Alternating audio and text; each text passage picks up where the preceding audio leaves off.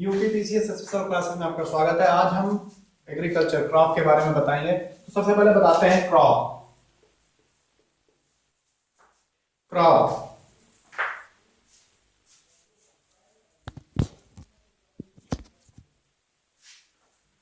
Crop अच्छी crop लेने के लिए, अच्छी फसल लेने के लिए तीन चीजों की जरूरत होती है। सबसे पहले वो पहली चीज है सॉइल। सबसे पहली चीज क्या है? सॉइल। दूसरी चीज क्या है? टेम्परेचर।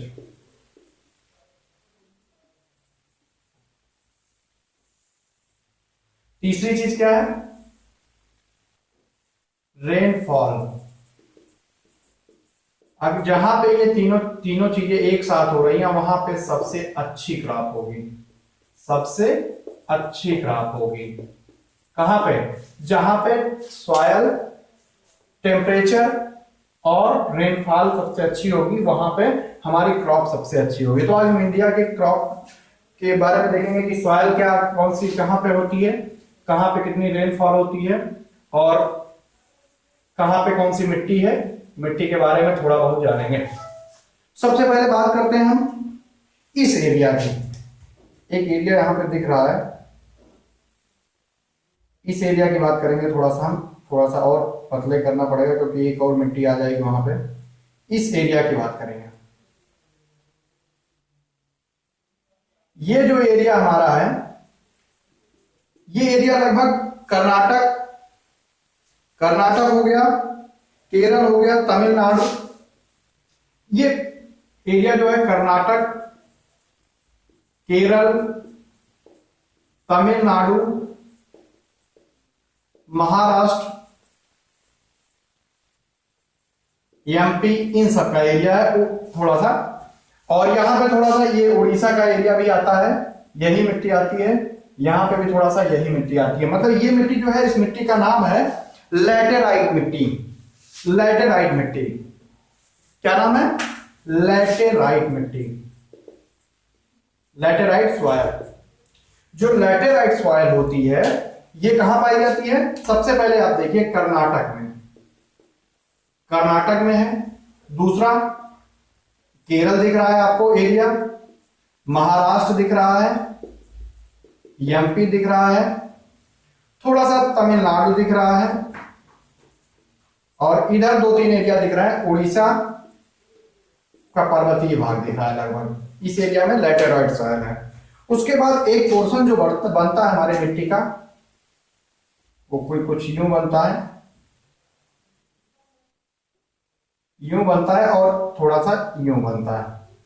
ये अब देखते हैं, एक बनाते हैं। ये जो मृदा है, अभी इसको भी बताएंगे, लेकिन ये बताना जरूरी है क्योंकि बीच में आएगा ये इसको बोलते हैं काली मिट्टी, मतलब ब्लैक सॉइल। Black soil. ये जो गुजरात का थोड़ा सा एरिया दिख रहा है काली मिट्टी में, महाराष्ट्र, गुजरात, महाराष्ट्र, गुजरात है और थोड़ा सा एमपी का भाग आ रहा है और थोड़ा सा आंध्र प्रदेश का भी भाग आ जाता है, तमिलनाडु का भी भाग आ जाता है। ठीक है, थोड़ा सा गुजरात का भाग आ रहा है इसमें। ठीक है, अब ले चलते हैं दूसरी मिट्टी की तरफ। जो दूसरी मिट्टी बनेगी, उसका जो एरिया होगा कुछ यूं होगा। मतलब इस मिट्टी की बात करेंगे सबसे पहले। अभी इसके बारे में डिटेल में पढ़ेंगे, पहले हम मिट्टी जान लेते हैं कौन सी मिट्टी कहां पे है। इसको बोलते हैं रेड सॉइल। इसको क्या बोलते हैं? रेड सॉइल, लाल मिट्टी। ये है तमिलनाडु, महाराष्ट्र, कर्नाटक और थोड़ा सा उड़ीसा, मध्य प्रदेश, एमपी, उड़ीसा, इन संभागों में पाया जाता है। ठीक है, अगली जो सॉइल होती है, एक सॉइल इसमें और पाई जाती है, अभी इसको बाद में बताएंगे, वो वर्षा की दृष्टि से होगी। अगली जो मिट्टी होगी वो होगी इस एरिया में। इस एरिया में क्या, थोड़ा सा ऊपर ही इसको बनाएंगे। ये मिट्टी, पूरा इसको कलर करेंगे। ये जो है एलुवियल सॉइल है, इसको बोलते हैं जलोढ़ मृदा या एलुवियल सॉइल। ये एरिया जो है जलोढ़ मृदा का, एलुवियल सॉइल का, ये सबसे फर्टाइल मृदा होती है। ये गंगा यमुना के मैदानों में पाई जाती है। इसका एरिया आप समझ सकते हैं, गंगा यमुना का मैदान है। अब बात आती है जो ये बच रही है, यहां पे कौन सी मृदा होगी देखते हैं। अच्छा, ये थोड़ा सा ये ब्लैक सॉइल ये एरिया होता है गुजरात का। ये जो एरिया है इसमें ये मिट्टी एलुवियल ही आ जाती है। बाकी जो बच रहा है अगर हम उसको देखें, इसको बोलते हैं, और ये एरिया, दो एरिया बच रहे हैं। ऊपर वाले को कहते हैं मरुस्थली मृदा, मरुस्थली मृदा, जो कि राजस्थान में आप देख सकते हैं। ये मिट्टी जो है ये है पर्वतीय मृदा। यहां भी पर्वतीय मृदा कुछ आती है, कुछ जलोढ़ मृदा भी आ जाती है, पर्वतीय आ जाती है। इधर वाला ये पोर्शन ये आ जाता है, बाकी कुछ मिली जुली मिट्टी वहां पे आ जाती है। अब हम देखते हैं, ये पोर्शन हो गया, ये राजस्थान का हो गया, जम्मू कश्मीर हरियाणा का थोड़ा सा हो गया, बाकी हो गया पंजाब का, बाकी ये जलोढ़ मृदा हो गई, ये हो गया। अब हम थोड़ा सा इसको मिटाएंगे क्योंकि हमको बताना है ये। अब हम पहले देखेंगे, ये हो गई मिट्टी। अब देखेंगे सॉइल। जो लैटेराइट मृदा का एरिया है, यहां पे जो वर्षा होती है वो 200 एबव होती है, 200 सेंटीमीटर प्लस होती है। कितना होती है वर्षा? 200 सेंटीमीटर प्लस, मतलब इस एरिया में। यहां पे दो मिट्टियां मिलती हैं, एक रेड सॉइल मिलती है और एक लैटेराइट सॉइल। तो लैटेराइट और रेड सॉइल को मिलाकर एक सॉइल बन जाती है यहां पे, इस एरिया में, जिसको बोलते हैं रेड येलो सॉइल। इसको बोलते हैं red yellow soil. Red yellow soil में जो वर्षा होती है 150 से 200 सेंटीमीटर होती है। ये जो रेड सॉइल है यहां पे 50 से 100 सेंटीमीटर वर्षा होती है। कितना होती है? 50 से 100 सेंटीमीटर वर्षा होती है। ठीक है। और जो ब्लैक सॉइल है वहां पे 25 से 50 सेंटीमीटर वर्षा होती है। ब्लैक सॉइल का जो एरिया है यहां पे कितना वर्षा होती है? 25 से 50 सेंटीमीटर। जो हमारी एलोवियल सबसे उपजाऊ मृदा है, यहां पर भी 150 से 200 सेंटीमीटर वर्षा होती है। जो मरुस्थलीय मृदा है यहां पे 25 से 50 सेंटीमीटर वर्षा होती है। जो पर्वतीय मृदा है बिलो 25 सेंटीमीटर। सबसे कम वर्षा कहां पे होती है? पर्वतीय मृदाओं के आसपास। जलोढ़ मृदा ये हो गई, ये लैटेराइट सॉइल हो गई। लैटेराइट सॉइल में कितना है? 200 सेंटीमीटर। रेड येलो सॉइल में 150। अच्छा ये देखो, यहां पे 200 हो रही है, यहां पे 150 से 200 हो रही है, यहां पे कितना हो रही है? 50 से 100। और इसके आगे जाने पे, मतलब अगर हम इधर से इधर जा रहे हैं, मतलब पश्चिम से अगर हम पूर्व की तरफ जा रहे हैं, तो क्या हो रहा है? रेनफॉल कम हो रहा है, मतलब वर्षा कम हो रही है।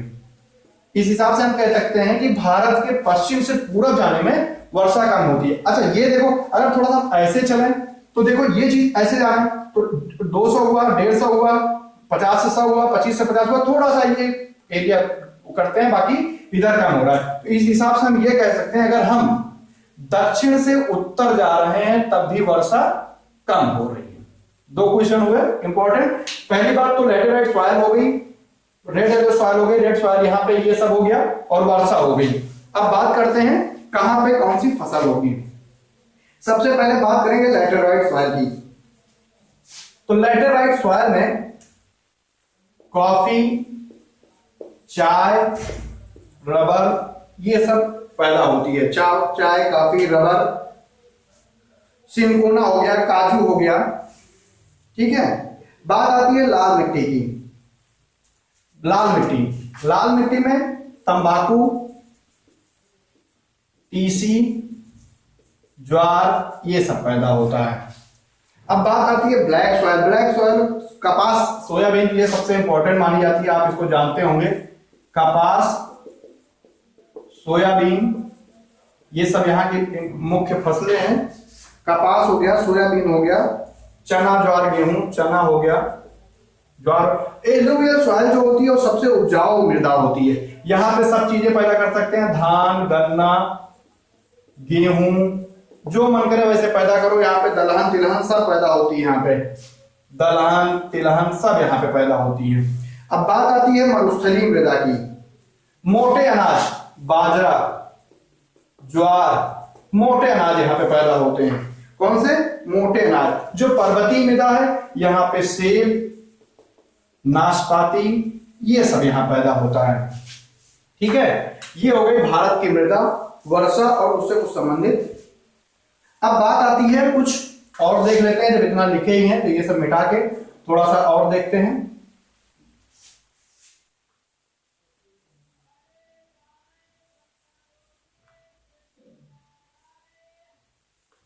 ये हटाते हैं।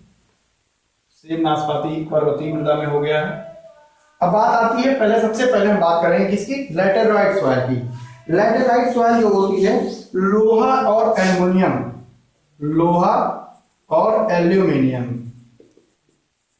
की प्रचुरता पाई जाती है। लोहा और एल्युमिनियम इसमें ज्यादा मात्रा में पाए जाते हैं। लोहा और एल्युमिनियम, नाइट्रोजन फास्फोरस की कमी पाई जाती है, अगली होती है काली मिट्टी। काली मिट्टी की बात करते हैं तो पोटाश, सोना, मैग्नीशियम पाया जाता है। पोटाश, सोना, मैग्नीशियम इसमें पाया जाता है। मैग्नीशियम, चूना और फास्फोरस की कमी पाई जाती है। बात करते हैं जलोढ़ मृदा की। पोटाश और चूना की प्रचुरता पाई जाती है। पोटाश और चूना की प्रचुरता पाई जाती है किसमें? जलोढ़ मृदा में पोटाश और चूना की प्रचुरता पाई जाती है। एन और पी की, नाइट्रोजन और फास्फोरस की कमी पाई जाती है। बात करते हैं पर्वतीय मृदा की। इसमें जो है पोटाश, फास्फोरस इन सब का अभाव होता है। बात आती है मरुस्थलीय मृदा की। मरुस्थलीय मृदा में जो है लवण और फास्फोरस की प्रचुरता होती है। लवण और फास्फोरस की प्रचुरता होती है। और इतना आप पढ़ लेंगे तो लगभग 2-3 क्वेश्चन आपके आ जाएंगे। धन्यवाद।